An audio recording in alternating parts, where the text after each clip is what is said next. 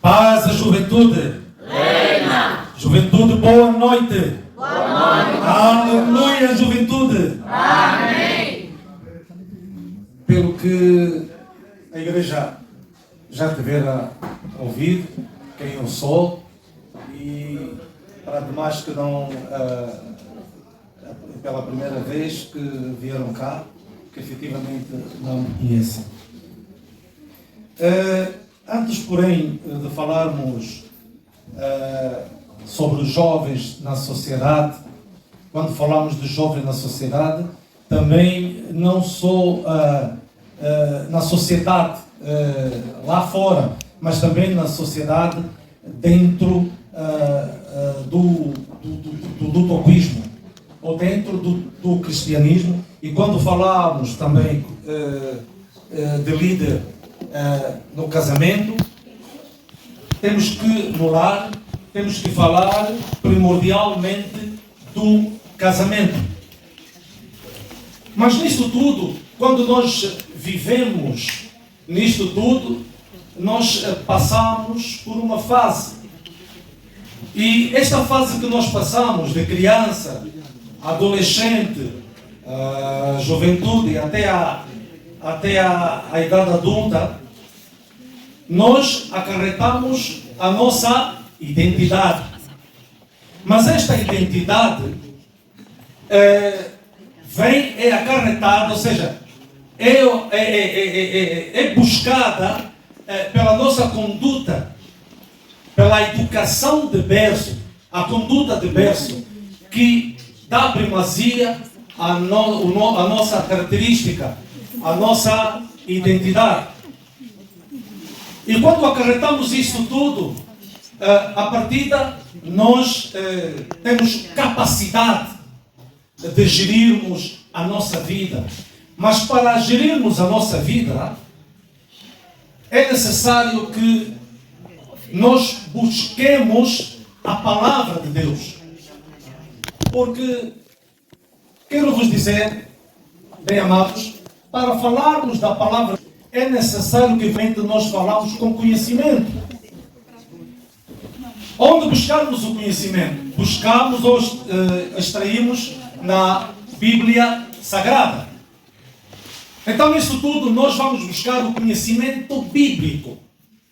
E quando falamos do conhecimento bíblico, nós falamos da bibliologia. E a bibliologia não é nada mais, nada menos do que um manual de conduta que dirige as nossas vidas, que muda as nossas ideologias, que muda as nossas filosofias, que muda o nosso caráter, o nosso pensamento. Deixa-vos dizer que o nosso caráter, os nossos pensamentos moldam no que somos. Mas no que somos, e para nós podermos fazer com que tudo que nós queremos, quer seja a planificação nas nossas vidas, é necessário que busquemos primeiramente o Espírito Santo de Deus, que nos dá a paz e que excede todo o entendimento. Há bocadinho nós ouvimos Romanos, o capítulo 12, o versículo 2, que nos diz que nós somos renovados ou transformados pela renovação da nossa mente de Cristo, e que na qual nós podemos experimentar qual é a boa, perfeita e agradável vontade de Deus. Nisto, nós buscamos o Espírito Santo de Deus para que possa nos direcionar tudo quanto nós possamos traçar nas nossas vidas, tudo quanto nós possamos caracterizar nas nossas vidas. Nós ouvimos tudo, os que me antecederam. Falamos dos jovens, das regras, das características que os jovens devem seguir no toquismo. falamos também da identidade, falamos do empreendedorismo, nós falamos das novas tecnologias ou tecnologias avançadas. E agora nós vamos falar de como nós podemos encarar ou enfrentar a sociedade. Porque, deixa-me vos dizer, bem amados, que o cristianismo faz parte da identidade toquista. Faz parte de nós, do nosso ADN. Porque onde nós vamos, deixa repetir, porque muitos já falaram, nós precisamos levar a nossa identidade, a identidade toquista. Os que me antecederam disseram que onde nós vamos, onde nós trabalhamos, onde nós estudamos, nós precisamos nos mostrar e nos caracterizar como toquistas. Eu tiveram ouvido, que os irmãos que já conhecem, que eu estou cá há 34 anos e nunca mais tinha ido em Angola, senão o ano passado. E eu vi muita coisa que me surpreendeu. Que o pai tivera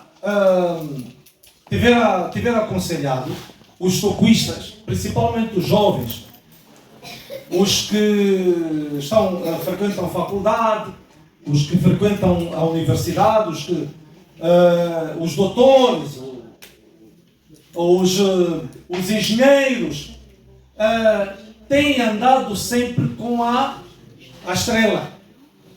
E eu ainda duvidei. Eu disse, bem, então, se nós em Portugal, para irmos ao trabalho, para irmos à escola, para irmos à universidade, nunca levamos a estrela. Não estou a generalizar, né? Mas deixa-me, entre aspas, dizer que a maioria de nós, aqui em Portugal, nos dias de semana, não andamos com estrela. Mas, segundo o que eu fui ver e fui saber, que em Angola, até o momento, muitos andam com a estrela. A estrela que nos identifica. A estrela que é a nossa identidade toquista. Então é necessário que eu levanto aqui o apelo que o nosso amado pastor Isaías tivera falado, que ele perguntou se os universitários, os trabalhadores têm levado consigo a estrela. Então eu aconselho, faço aqui o apelo a começar em mim, para que nós possamos usar a estrela não só para os domingos. Viemos à igreja para o sábado, que viemos à igreja para os dias de reunião, mas importa que é necessário que levemos conosco a nossa identidade. Se os doutores, os engenheiros, os universitários em Angola o usam, por que nós também não usamos? Às vezes, possa ser que também sentimos assim um bocadinho de perplexidade, alguém nos perguntar, mas essa estrela é o que é? O nosso pastor disse, é qual? Essa estrela é o que? O que é que simboliza essa estrela? Então, nós sabemos explicar. Quando nós sabemos explicar, nós sabemos o que é o toquismo. Então, se sabemos de base o que é o toquismo, então nós conseguimos explicar efetivamente o que simboliza a nossa estrela. Dando ao adiantar do tempo, vamos falar sobre a liderança do homem toquista no lar. Eu não começo a falar da liderança do homem toquista no lar, se não falar do casamento.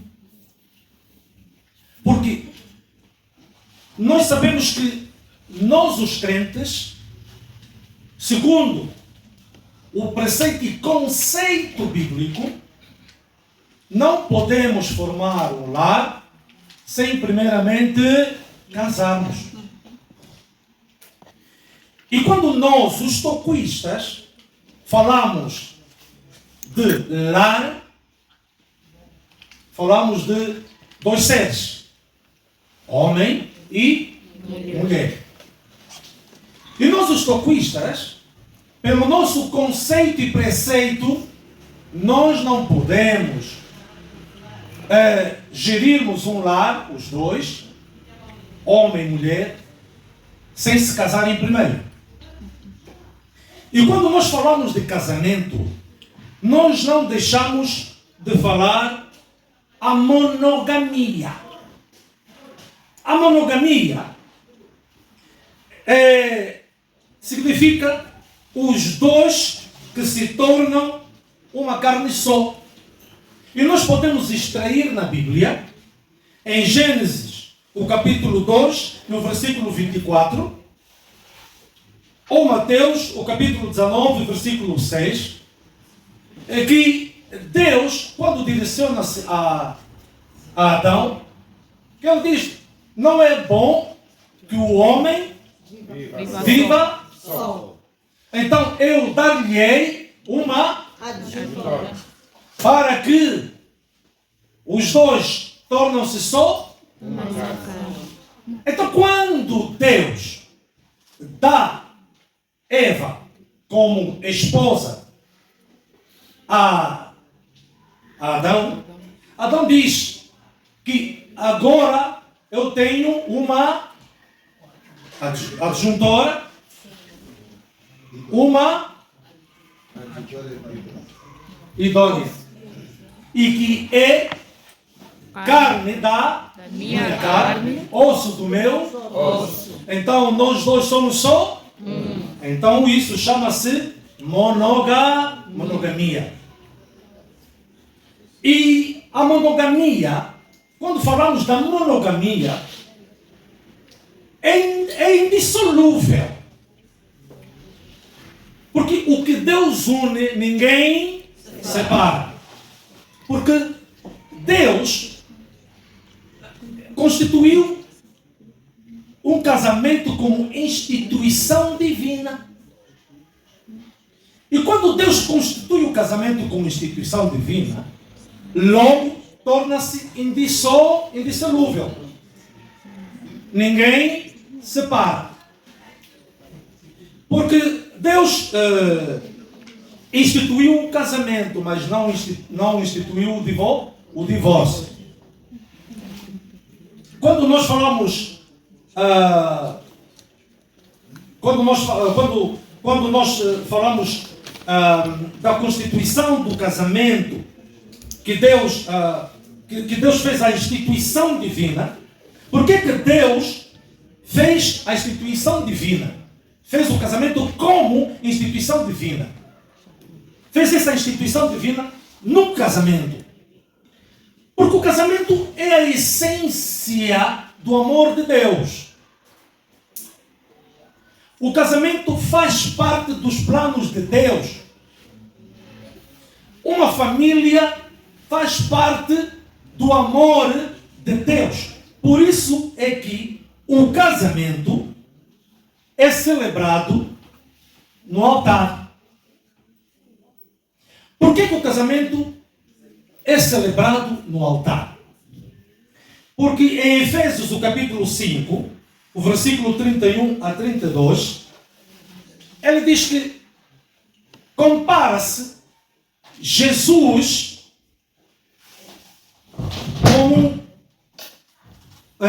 como compromissor da igreja. Significa Jesus a ter compromisso com a igreja. Quando há celebração no altar, simboliza que aquele casamento é a demonstração do amor de Deus diante da igreja. Quer dizer que os nobentos que estão a casar estão a ser testemunhos do amor de Deus. Por isso é que em Efésios nós vemos o que o capítulo diz, o versículo diz, que é o compromisso, o casamento é o compromisso do amor de Deus com a igreja. Por isso, bem amados, e quando nós falamos do casamento, mesmo antes do casamento, mesmo na altura do namoro, nós já ouvimos falar de jugo desiguais. Em casa ou algum momento de lazer, podem ver 2 de Coríntios, o capítulo 6, o versículo 14. O que é o jugo desigual? O jugo desigual é quando dois seres apaixonados, um é crente, o outro não é. Um é da Assembleia de Deus e o outro é tocuísta. Então, esse é um jogo desigual, mas um jogo desigual que não são do mesmo lado, que são também de religiões diferentes, é quando os dois não levam o barco na mesma direção, não remam na mesma direção. Mas não quero dizer que não dará certo. Não. Porque a própria Bíblia nos diz que, primeiramente, nós demos força ao outro lado que não é crente, para que nos nossos caráteres, nas nossas formalidades dentro de casa, ela acaba por ser crente. Então, este jogo desigual não causa naufrágio, nem planos quebrados e nem causa direções diferentes. E eu também acredito que nós, na igreja tocuísta, está aqui o nosso papá reverendo, nosso representante, que aceita-se um tocuísta casar dentro da igreja tocuísta com um cônjuge de outra religião. Então, isto não é lícito para os tocuístas. Porque às vezes nós temos tendencialmente, quando usamos muito radicalismo no tocuísmo, né? Porque aqueles tocuístas radicais que dizem, não, você é tocuísta e tem que casar com uma tocuísta, tem que casar com um tocuísta. Então, mas como é que és tocuísta e foste buscar um católico ou uma católica? E tínhamos também, noutra hora, os nossos ancestrais, assim, não, eu sou bacongo, eu tenho que casar com uma bacongo. Não, eu sou fulano, eu tenho que casar também com uma fulana. Então, são os tais chamados jogos desiguais. Que hoje este tabu está quebrado na igreja tocuísta. E nós não falamos do casamento sem falarmos das regras que nós acarretamos no casamento. Porque, querendo ou não, nós, quando somos casados, nós acarretamos regras. E eu quero deixar aqui aos irmãos, que o tempo não perdoa, as 10 regras para um casamento duradouro. Porque eu já estou a generalizar. Porque segundo o tema, é sobre a liderança. Mas eu vou lá chegar na liderança, mas eu estou já a generalizar o casamento. Tanto um como outro. Portanto, as 10 regras para um casamento duradouro. O primeiro, respeito. O segundo, comunicação clara. O terceiro, fidelidade material e espiritual. O quarto, apoios nos momentos difíceis. O quinto, carregar sozinho toda uma questão. O sexto, perdão sincero. O sétimo, não transformar o lar como campo de guerra. O oitavo, não fazer comparação. O nono, celebrar pequenas vitórias. O décimo, presença de Deus no casamento. Vamos na primeira regra, o respeito. É necessário nós termos essa primeira regra no casamento, para que um ou outro tenha respeito e tenha caráter. Porque no calor da ira pode haver palavras duras ou palavras obscenas, palavras ofensivas e até agressão por causa de uma pequena palavra que um não entende. Porque, segundo os grandes filósofos, dizem que no lar ambos têm que ser cúmplices. Então um tem que entender o código do outro, porque dentro de um lar vive-se em códigos. Então é necessário que um conheça o outro para que uma palavra possa ela entender ou ele entender.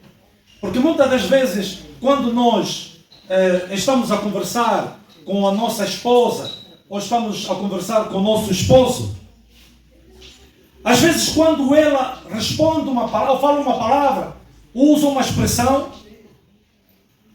no calor da ira, o irmão muitas das vezes não ofende diretamente.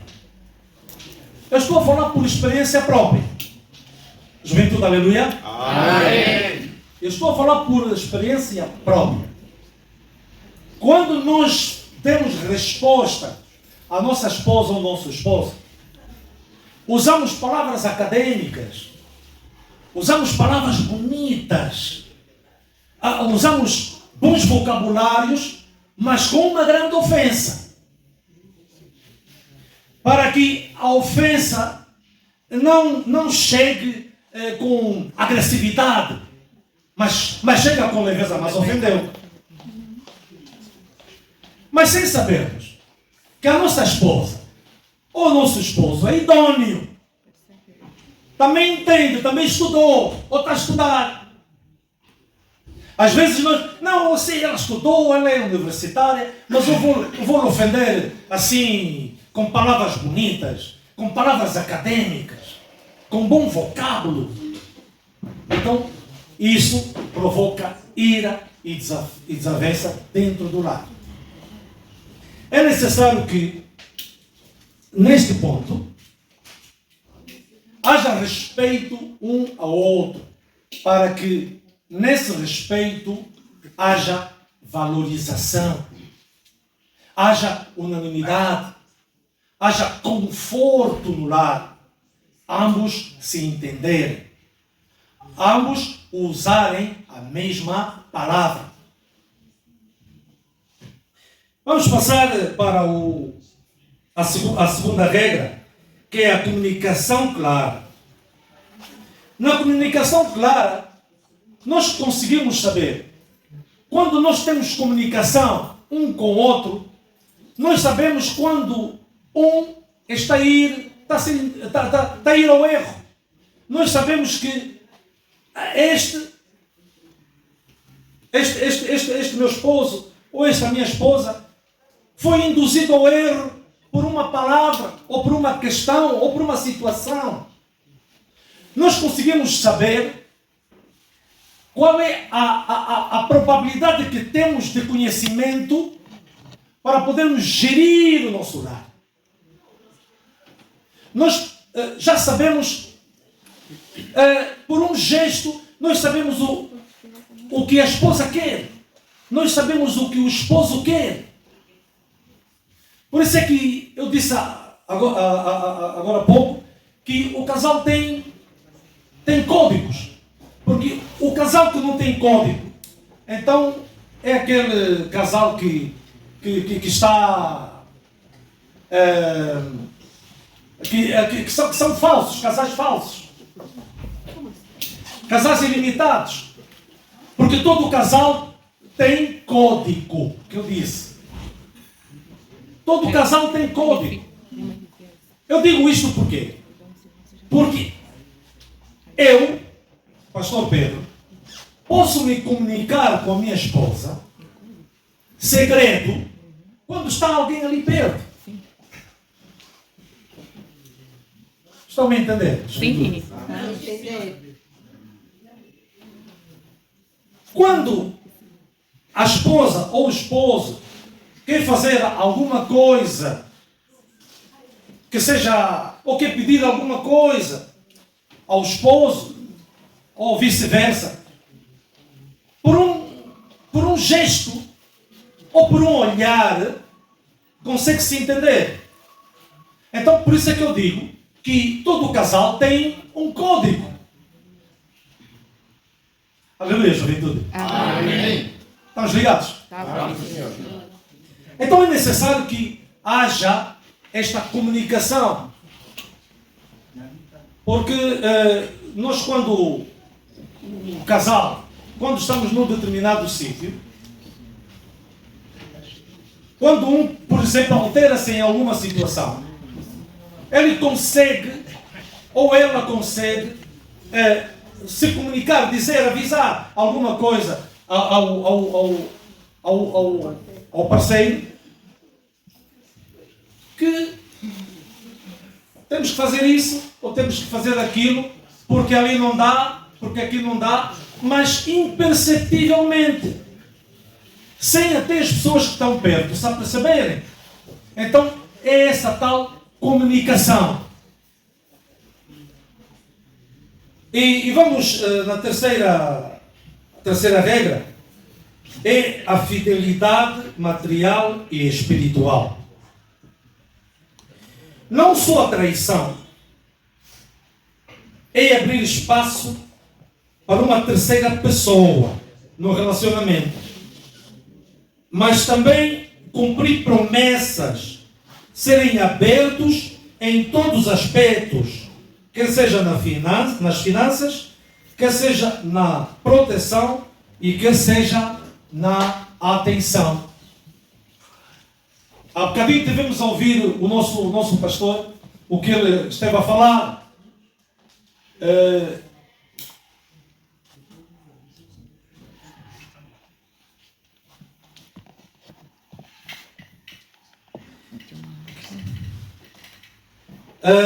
As promessas, quando nós prometemos à nossa esposa e não cumprimos, quando prometemos aos nossos esposos e não cumprimos, então isso pode causar desestabilidade dentro do lar.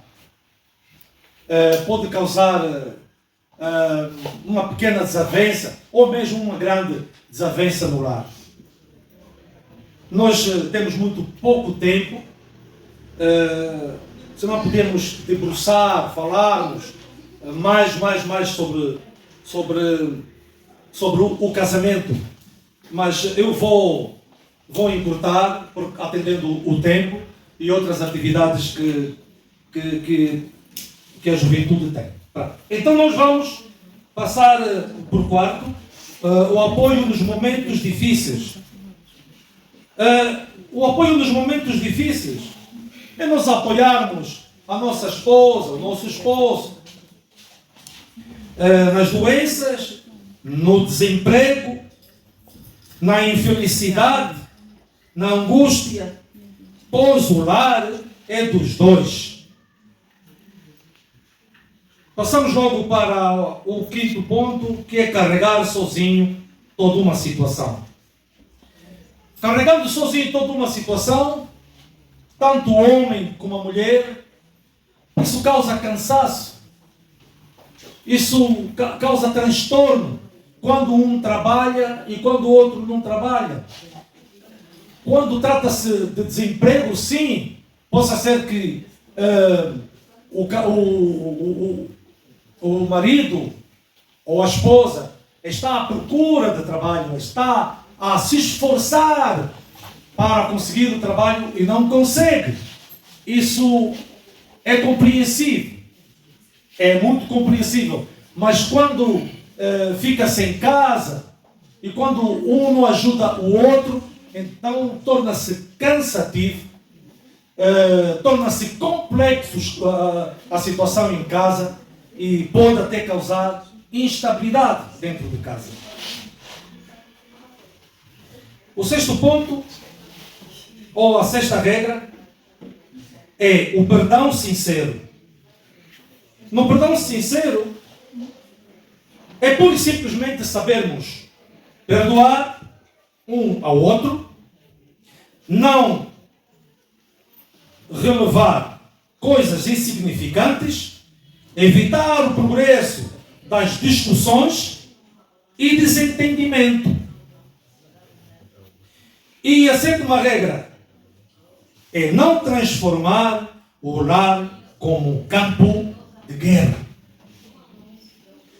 Todo casal crente sabe como tratar qualquer uma situação de discussão.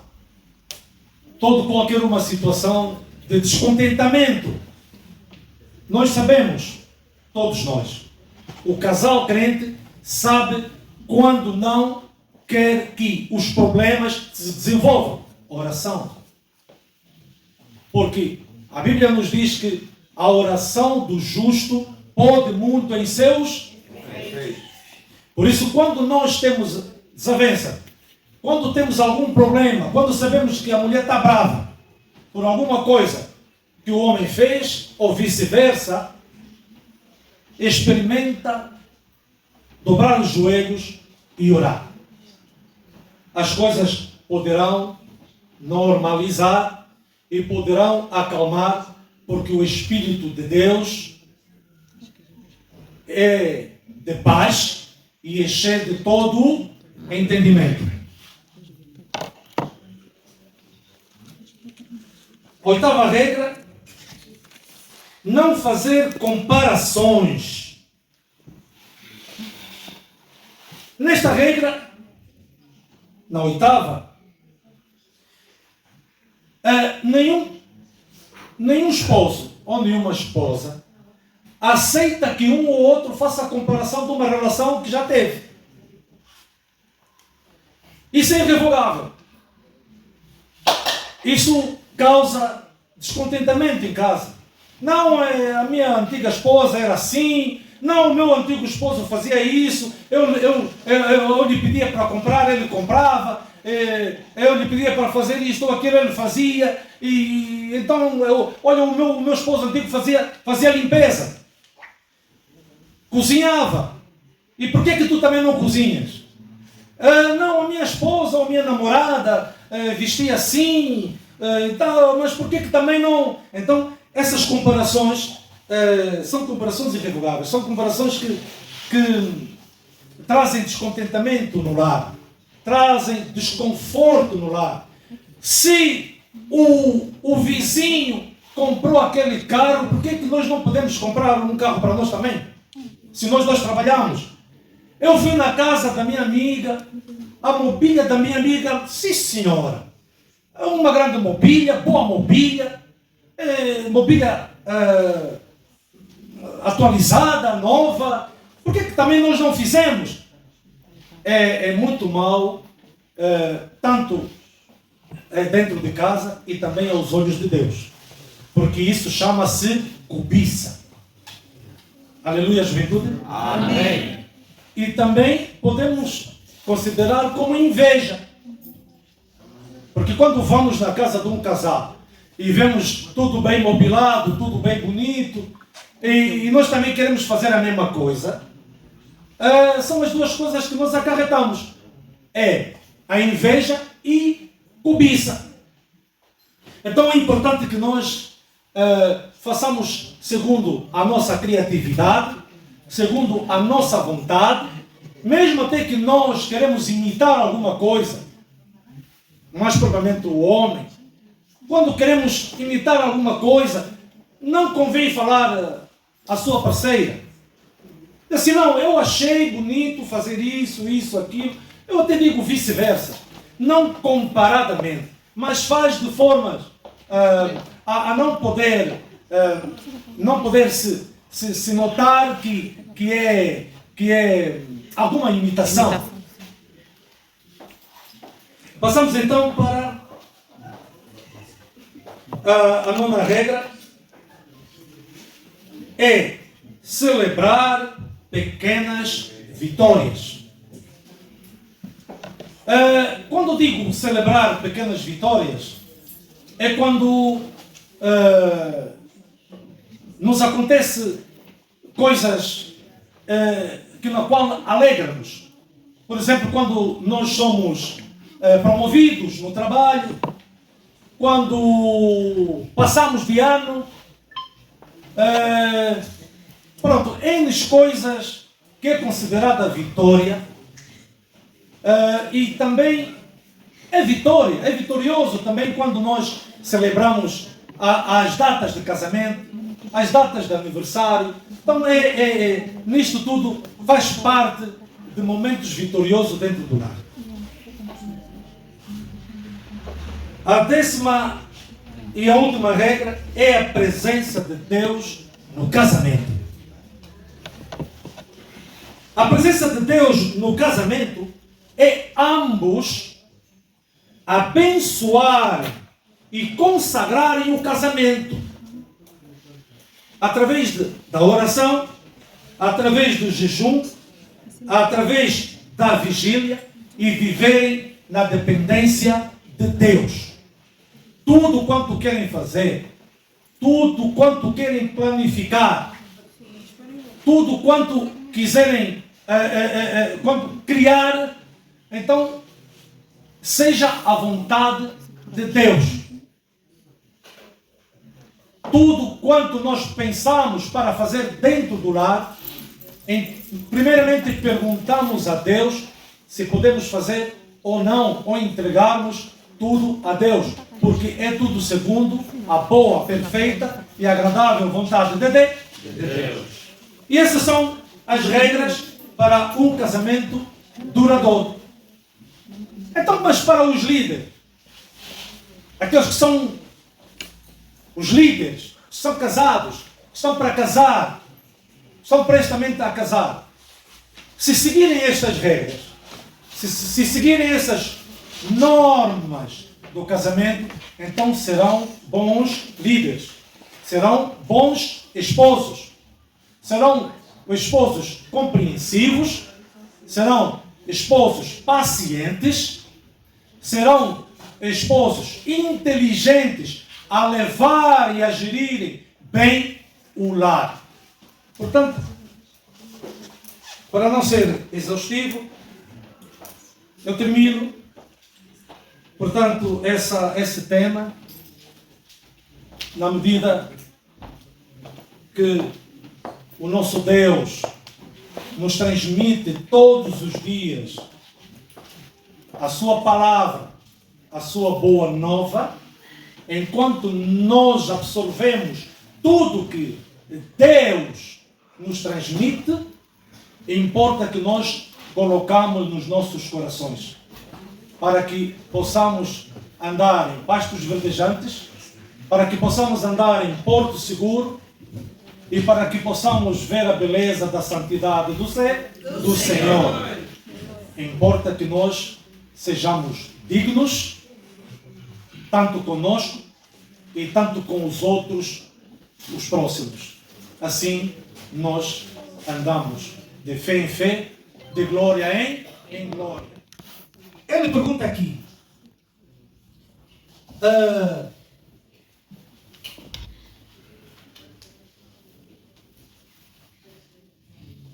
Aleluia, juventude. Amém. Ele diz aqui: não vos prendais a um jogo desiguais com os infiéis ou infiéis, porque em sociedade tem a justiça com a injustiça. Porque o casal, não é? São ambos sociais. Amém? Amém. Não sei se me faço entender. Vivem na mesma sociedade. Vivem na mesma contextualização que é o casamento. Mas a partir do momento em que falam a mesma língua, que é a língua profética de Deus, é a palavra de Deus, é o que importa. Amém? Amém. Por isso é que eu disse, em parte nenhuma da Bíblia, nos diz que Deus permite que, não permite que nós deixemos de casar com alguém de uma outra religião. Mas Deus não permite que o tocuista case com um infiel a ele. Amém? Amém. Segunda pergunta.